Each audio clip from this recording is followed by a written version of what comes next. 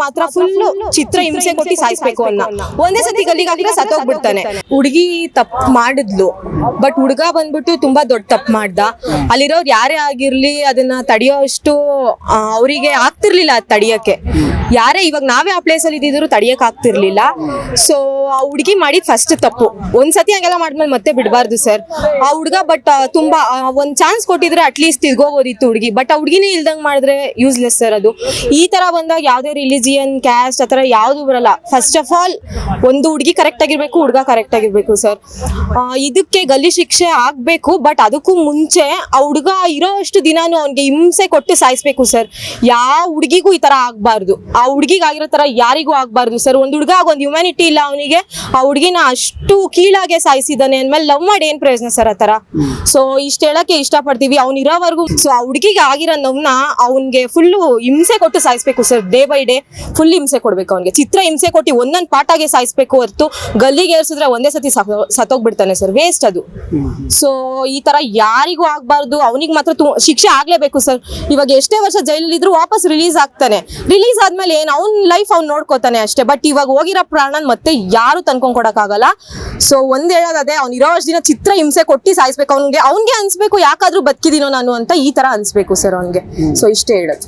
So ಸ್ಟೂಡೆಂಟ್ಸ್ಗೆ ಇದ್ರ ಬಗ್ಗೆ ನೀವೇನು ಅವೇರ್ನೆಸ್ ಕೊಡ್ತಾರೆ? ಸ್ಟೂಡೆಂಟ್ಸ್ ಆಗ್ಲಿ ಯಾರಾದ್ರೂ? ಸ್ಟೂಡೆಂಟ್ ಅವೇರ್ನೆಸ್ ಅಂದ್ರೆ ಫಸ್ಟ್ ಆಫ್ ಆಲ್ ಈ ತರದಕ್ಕೆ ಹೋಗ್ಬಾರ್ದು. ಹೋದ್ಮೇಲೆ ಮನೆಯಲ್ಲೇ ಗೊತ್ತಾಗ್ಬಿಡ್ಬೇಕು ಸರ್. ವಿಷಯ ಮನೆಯಲ್ಲಿ ಗೊತ್ತಾಗ್ಬೇಕು. ಈ ತರ ಫಸ್ಟ್ ಆಫ್ ಆಲ್ ಹೋಗ್ಲೇಬಾರ್ದು ಸರ್. ನೋಡಿ ಮಾಡಿ ಸ್ನೇಹ ಮಾಡ್ಬೇಕು ಅಂತಾರಲ್ಲ, ಆ ತರ ನೋಡಿ ಮಾಡಿ ಪ್ರೀತಿ ಮಾಡ್ಬೇಕು ಸರ್ ಅಷ್ಟೇ. Thank you sir.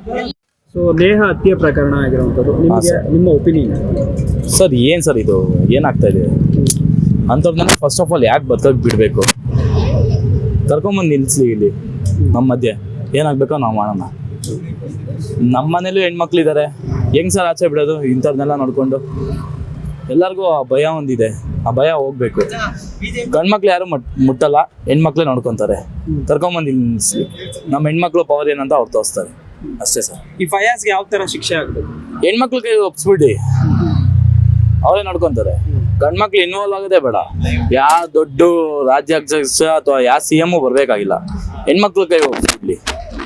ಗಂಡಸರು ಇನ್ವಾಲ್ವೇ ಆಗಬಾರ್ದು. ಹೆಣ್ಮಕ್ಳ ಕೈ ಬಿಟ್ಬಿಡ್ಲಿ, ಅವರೇ ತಗೋತಾರೆ. ಈ ಥರ ಲವ್ ಮಾಡೋದು ಜಾತಿ ಧರ್ಮಗಳ ಮಧ್ಯೆ ತಂದಿಕ್ಕೋದು ಇಂಥವ್ರಿಗೆ ಸರ್? ಲವ್ ಮಾಡೋದು ಒಂದು ಹುಡುಗ ಒಂದು ಹುಡುಗಿ ಸರ್. ಜಾತಿ ಧರ್ಮ ಎಲ್ಲ ನಾವು ಮಾಡ್ಕೊಂಡಿರೋದು. ಲವ್ ಅವ್ರು ಪಾಡಿಗೆ ಅವ್ರು ಮಾಡ್ಕೊಳ್ಳಿ. ಅದಕ್ಕೋಸ್ಕರ ಜೀವ ತೆಗೆಯೋದು ಯಾವುದು ಸರಿಯಲ್ಲ ಸರ್.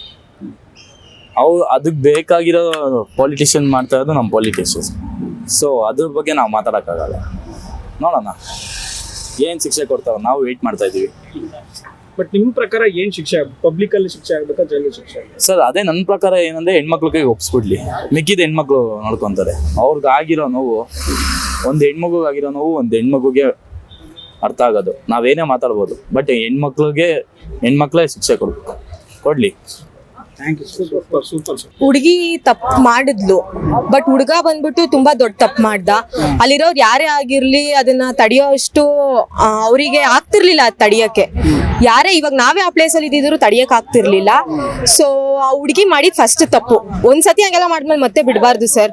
ಆ ಹುಡುಗ ಬಟ್ ತುಂಬಾ ಒಂದ್ ಚಾನ್ಸ್ ಕೊಟ್ಟಿದ್ರೆ ಅಟ್ಲೀಸ್ಟ್ ತಿರ್ಗೋಬೋದಿತ್ತು ಹುಡುಗಿ. ಬಟ್ ಆ ಹುಡುಗಿನೇ ಇಲ್ದಂಗ್ ಮಾಡಿದ್ರೆ ಯೂಸ್ಲೆಸ್ ಸರ್. ಅದು ಈ ತರ ಬಂದಾಗ ಯಾವ್ದೇ ರಿಲಿಜಿಯನ್ ಕ್ಯಾಸ್ಟ್ ಆತರ ಯಾವ್ದು ಬರಲ್ಲ. ಫಸ್ಟ್ ಆಫ್ ಆಲ್ ಒಂದು ಹುಡುಗಿ ಕರೆಕ್ಟ್ ಆಗಿರ್ಬೇಕು, ಹುಡುಗ ಕರೆಕ್ಟ್ ಆಗಿರ್ಬೇಕು ಸರ್. ಇದಕ್ಕೆ ಗಲ್ಲಿ ಶಿಕ್ಷೆ ಆಗ್ಬೇಕು, ಬಟ್ ಅದಕ್ಕೂ ಮುಂಚೆ ಆ ಹುಡುಗ ಇರೋ ಅಷ್ಟು ದಿನಾನು ಅವ್ನಿಗೆ ಹಿಂಸೆ ಕೊಟ್ಟು ಸಾಯಿಸ್ಬೇಕು ಸರ್. ಯಾವ ಹುಡುಗಿಗೂ ಈ ತರ ಆಗ್ಬಾರ್ದು, ಆ ಹುಡುಗಿಗೆ ಆಗಿರೋ ತರ ಯಾರಿಗೂ ಆಗ್ಬಾರ್ದು ಸರ್. ಒಂದ್ ಹುಡುಗ ಒಂದ್ ಹ್ಯುಮ್ಯಾನಿಟಿ ಇಲ್ಲ ಅವನಿಗೆ, ಆ ಹುಡುಗಿನ ಅಷ್ಟು ಕೀಳಾಗೆ ಸಾಯಿಸಿದಾನೆ ಅಂದ್ಮೇಲೆ ಲವ್ ಮಾಡಿ ಏನ್ ಪ್ರಯೋಜನ ಸರ್ ಆ ತರ. ಸೊ ಇಷ್ಟ ಹೇಳಕ್ಕೆ ಇಷ್ಟ ಪಡ್ತೀವಿ ಅವ್ನ್ ಇರೋವರೆಗೂ ಮಾತ್ರ ಫುಲ್ಲು ಚಿತ್ರ ಹಿಂಸೆ ಕೊಟ್ಟು ಸಾಯಿಸ್ಬೇಕು ಒಂದೇ ಸತಿ ಗಲ್ಲಿಗೆ ಹಾಕಿದ್ರೆ ಸತ್ತೋಗ್ಬಿಡ್ತಾನೆ.